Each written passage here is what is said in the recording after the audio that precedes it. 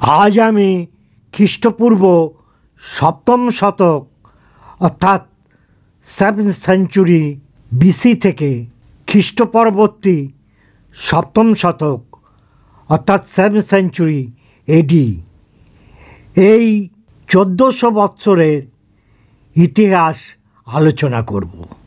আমি নির্মোহ দৃষ্টিতে নিরপেক্ষভাবে এই সময়কার ইতিহাসকে বিশ্লেষণ করে বুঝতে চাইছি কিভাবে মানব সভ্যতা অন্ধকারের ঘোমটা সরিয়ে রৌদ্র করজল আলোয় স্নাত হয়েছিল। এই সময় আমরা এই সময়কালকে মানব সভ্যতার এক উল্লেখযোগ্য অধ্যায় হিসাবে চিহ্নিত করছি এবং আমার মনে হয় মানব সভ্যতার যে জাগরণ ঘটেছিল সেটা এই সময়কালেই মূলত ঘটেছিল।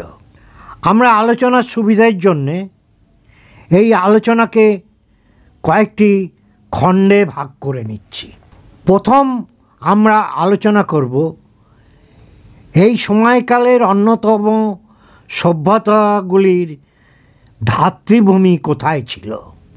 দ্বিতীয়ত আলোচনা করব এই সমস্ত সভ্যতার প্রধান কারিগর বা স্থপতি কারা ছিলেন, সেই মহামানবদের কথা আমরা বলবো। তৃতীয়ত এই সময়কালের বিভিন্ন শাসক যারা ছিলেন, যাদের পৃষ্ঠপোষকতায় সভ্যতাগুলি সমৃদ্ধ হয়েছিল, সেই শাসকদের পরিচয় আমরা জানব। চতুর্থত এই সময়কালের অন্যতম ধর্ম যেগুলির উদয় ঘটেছিল সেগুলির কথা বলবো। পঞ্চমত এবং শেষ আলোচনা আমাদের যে ইসলাম ধর্মের ধাত্রীভূমি কোথায় ছিল এবং সেই ধাত্রীভূমির অবস্থান এবং আর্থিক সামাজিক অবস্থা বিশ্লেষণ করব। আর ইসলাম ধর্মের দ্রুত প্রসারের কারণ কি ও ইসলামের স্বর্ণযুগের গোপন রহস্য কী, এই মূলত আজকে আমাদের আলোচনার বিষয়। এখন আমাদের প্রথম আলোচনার বিষয় এই সময়কালের অন্যতম সভ্যতাগুলির ধাত্রীভূমি কোথায় ছিল। আমরা যদি পৃথিবীর মানচিত্রের দিকে তাকাই তাহলে দেখতে পাব ভূমধ্যসাগরের উত্তর দিকে ইতালি, গ্রিস এই দুটি সমৃদ্ধ রাষ্ট্র ছিল। গ্রিসের প্রাচীন সভ্যতা পৃথিবীর বিভিন্ন সভ্যতাকে আলোকিত করেছিল, উজ্জীবিত করেছিল, অনুপ্রাণিত করেছিল। এবং এই যে ডায়াগ্রামটা যদি আপনারা দেখেন তাহলে দেখবেন ইটালি ভূমধ্যসাগরের উত্তরে, গ্রিসও ভূমধ্যসাগরের উত্তরে। তারপরে আপনারা চলে যান ভূমধ্যসাগরের দক্ষিণে, আফ্রিকার উত্তরে, নীল নদীর তীরে মিশর। এবার আমরা আসব এশিয়া মহাদেশে, মধ্যপ্রাচ্যের উত্তর পূর্ব দিকে ইরাকে। ইরাক হচ্ছে মেসোপটেমিয়া সভ্যতার ধাত্রীভূমি এবং মেসোপটেমিয়া সভ্যতার পরে সেখানে নিউ ব্যাবিলিয়ান সভ্যতা শুরু হয়। এরপরে আমরা চলে যাব ইরান, আরেকটু পূর্ব দিকে পারস্য সিভিলাইজেশন। এবার আমরা নিচের দিকে চলে আসব ভারত মহাসাগরের উত্তরে, বঙ্গোপসাগর পূর্বে এবং পশ্চিমে আরব সাগর। এই যে উপদ্বীপ, একে আমরা বলছি ভারত উপমহাদেশ। এখানে আমরা জানি প্রাচীন আরও পূর্বে মেসোপটেমিয়া সভ্যতার মতো এখানে ইন্দাস ভ্যালি সিভিলাইজেশন গড়ে উঠেছিল 3000 থেকে 1500 বৎসর পর্যন্ত।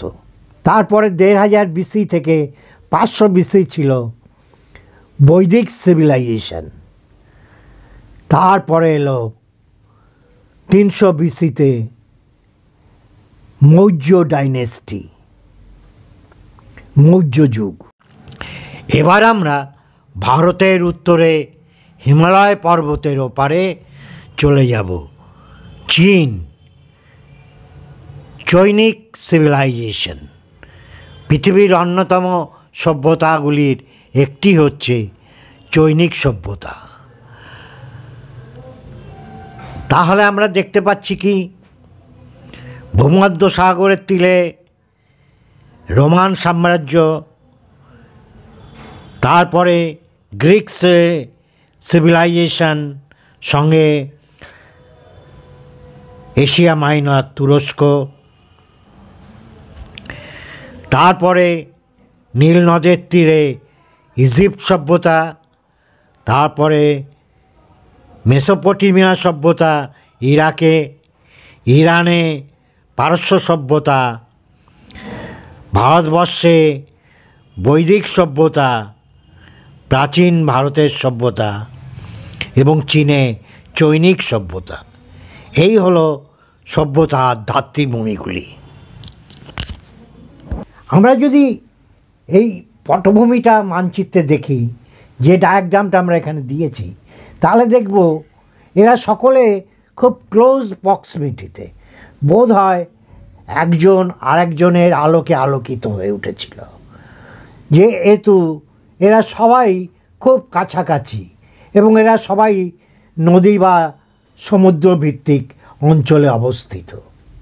তার মানে এই সভ্যতাগুলো সব গড়ে উঠেছিল সমুদ্রকে কেন্দ্র করে বা কোনো বিশেষ নদীকে কেন্দ্র করে। আমাদের দ্বিতীয় বিষয় আলোচনা, সেটা হচ্ছে এই সমস্ত সভ্যতার প্রধান কারিগর বা স্থপতি কারা ছিলেন। আমরা প্রথমে যাব গ্রিসে। সেখানে আমরা দেখতে পাচ্ছি ক্লিস্থেনিস, যাকে বলা হয় গণতন্ত্রের পিতা, ফাদার অফ ডেমোক্রেসি। তারপরে এলেন সক্রেটিস, প্লেটো, অ্যারিস্টটল, প্রখ্যাত দার্শনিকেরা।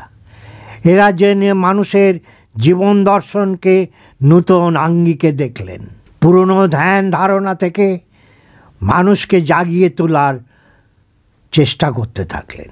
তারপর দেখলাম হেরোডেটাস, যাকে ফাদার অফ হিস্ট্রি বলা হয়। দেখলাম নাট্যকার সফোক্লেস, যার ট্রিলজি অডিপাস আরেক্স আজও সমান জনপ্রিয় এবং আদৃত। আমরা পেলাম পিথাগোরাসকে, ফাদার অফ ম্যাথমেটিক্স। এর একটু আগে, প্রায় 8th সেঞ্চুরি বিসিতে ইলিয়াড ওডিসি রচনা করলেন হোমার। এরপরে আমরা চলে যাব চীনে। চীনের প্রাচীন সভ্যতার অন্যতম জনক কনফুসিয়াস। তিনি এলেন 6ষ্ঠ শতক, অর্থাৎ 6th সেঞ্চুরি বিসিতে। তিনি মানুষের মূল্যবোধ, মানুষের মনন, চরিত্র গঠনের দিশা দেখালেন।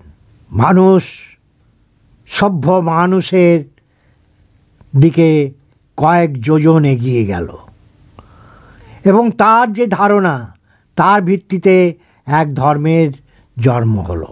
এরপরে আমরা চলে আসি ভারত উপমহাদেশে। এখানে আমরা দেখতে পেলাম আর্যভট্ট, ব্রহ্মগুপ্ত, কানাদ, বরাহমিহির, পাণিনি, সুশ্রুত, চরক, পতঞ্জলি, কবি কালিদাস, আরও অনেক মহাপুরুষকে, যারা সাহিত্য, চিকিৎসা বিজ্ঞান, জ্যোতির্বিজ্ঞান, মেডিকেল সায়েন্স, ফিজিক্যাল সায়েন্সে অভূতপূর্ব অবদান রেখেছেন। মিশর সম্পর্কে অ্যারিস্টটল এবং প্লেটো বলেছিলেন, ইজিপ্ট হচ্ছে কান্ট্রি অফ উইজডম। তিনি মিশরীয়দের জ্ঞানী এবং পণ্ডিত বলে এরা মনে করতেন। এবং আমরা দেখেছি মিশরে পিরামিড এবং মমি যেভাবে তৈরি হয়েছিল, অর্থাৎ বিজ্ঞান যে কতটা এগিয়েছিল সেটা আজও মানুষকে হতবাক করে। এবং মিশরেই প্রথম লেখার কাগজ আবিষ্কার হয়েছিল। এছাড়া সেচ, নাম্বার সিস্টেম, নানা ক্ষেত্রে মিশরের অবদান ছিল উল্লেখযোগ্য। বাকি অংশ এশিয়ার ভিতর পড়ে। এবার আমরা আলোচনা করব এই সময়কালের বিখ্যাত শাসকদের নাম, যারা এই সমস্ত সভ্যতাকে উৎসাহিত করেছিলেন এবং তাদের আগ্রাসনের মাধ্যমে বিভিন্ন সভ্যতার আলোককে অন্য অঞ্চলে পৌঁছে দিয়েছিলেন। সবচেয়ে প্রথমে নাম করতে হয় রোমের রোমান শাসকদের। এই রোমান শাসকরা, যেটা আজকে ইটালির একটি শহরের নাম রোম, সেই রোমান শাসক এরা ছিল খুব প্রতিপত্তি। এবং এই রোমান শাসকদের ইস্টার্ন চ্যাপ্টারের নাম ছিল বাইজেন্টাইন এম্পায়ার, যাদের হেডকোয়ার্টার ছিল কনস্ট্যান্টাইনপোল, যেটা তুরস্কের ইস্তাম্বুলকে বলা হয়। এছাড়া ছিল গ্রিকে, আপনারা সবাই জানেন আলেকজান্ডার দ্য গ্রেট। গ্রিকের এই সাম্রাজ্য, আলেকজান্ডারের যে সাম্রাজ্য, সেটা ক্রমাগত পূর্ব দিকে প্রসারিত হয়েছে, মিশর হয়ে ভারত পর্যন্ত চলে এসেছে। তখন মৌর্য যুগের একটু আগে ভারত আক্রমণ করেন, যার ফলে কি হয়েছে, এই যে গ্রিসের সভ্যতার যে সুফল, যে জ্ঞান বিজ্ঞান, সেটা এদের সাথে এই সমস্ত ভূমিতে ছড়িয়ে পড়েছে। তাহলে আমরা দেখলাম কি, রোমান সাম্রাজ্য, আলেকজান্ডারের গ্রিস সাম্রাজ্য, তারপরে আমরা দেখছি ইরানে পারস্য এম্পায়ার। এরাও দীর্ঘদিন বিভিন্ন রাষ্ট্র যেমন মিশর, ইরাক, বিভিন্ন জায়গায় এরা সাম্রাজ্য বিস্তার করেছে। এই প্রসঙ্গে সাইরাস দ্য গ্রেটের নাম উল্লেখ করা দরকার। তিনি পারস্যের রাজা ছিলেন। তিনি যে সাম্রাজ্য স্থাপন করেছিলেন তার নাম ছিল অ্যাকিমিনেড ডাইনেস্টি অফ পারস্য। এছাড়া আমরা দেখছি প্যারাথিয়ান এম্পায়ার, সেসনিদ এম্পায়ার, ভারতবর্ষে মৌর্য এম্পায়ার, এবং দক্ষিণ ভারতে চোল, পান্ডিয়া, চেলি, পল্লব, এই সমস্ত এম্পায়াররা শাসন করেছেন। এবং এদের শাসনের একটা মানবিক মুখ ছিল। স্থাপত্য, শিক্ষাকেন্দ্রের স্থাপন, এ সমস্তের মাধ্যমে জ্ঞান বিজ্ঞানকে প্রসারে আরও সাহায্য করেছিলেন। ইরাকে তখন মেসোপটেমিয়া সভ্যতা শেষ হয়ে গেছে। ইরাকের বাগদাদ শহর থেকে কিছু দূরে ব্যাবিলিয়ান বলে একটি শহর, সেখানে একটা সভ্যতা গড়ে উঠেছিল। সেটাকে আমরা প্রাচীন ব্যাবিলিয়ান সিভিলাইজেশন বলি। ইরাকে মেসোপটেমিয়াম সভ্যতার পরে আমরা দেখতে পাচ্ছি ব্যাবিলিয়ান এম্পায়ার তৈরি হলো। তারপরে সেটার পতন হলো অ্যাকিমিনেড এম্পায়ারের কাছে, যার হেড ছিলেন Cyrus the great, became the king of the Babylonian. এরপরে এখানে গ্রিকরা এসেছে, পার্থিয়ানরা এসেছে, রোমানরা এসেছে, সেসনিদরা এসেছে, বিভিন্ন সাম্রাজ্য মোটামুটিভাবে এই সমস্ত অঞ্চলেই এই সাম্রাজ্যগুলো ঘুরিয়ে ফিরিয়ে শাসন করেছে। এবং এরা সকলেই শিক্ষা এবং জনকল্যাণে বহুলভাবে বিশালভাবে সাহায্য করেছে, যার ফলে জ্ঞান বিজ্ঞান প্রসারে সাহায্য করেছে এবং ত্বরান্বিত করেছে। এই মোটামুটি এই সময়কার শাসকদের কথা বলা হলো। আজকের আলোচনা আমি আর দীর্ঘায়িত করে শ্রোতাদের বিরক্ত করতে চাই না।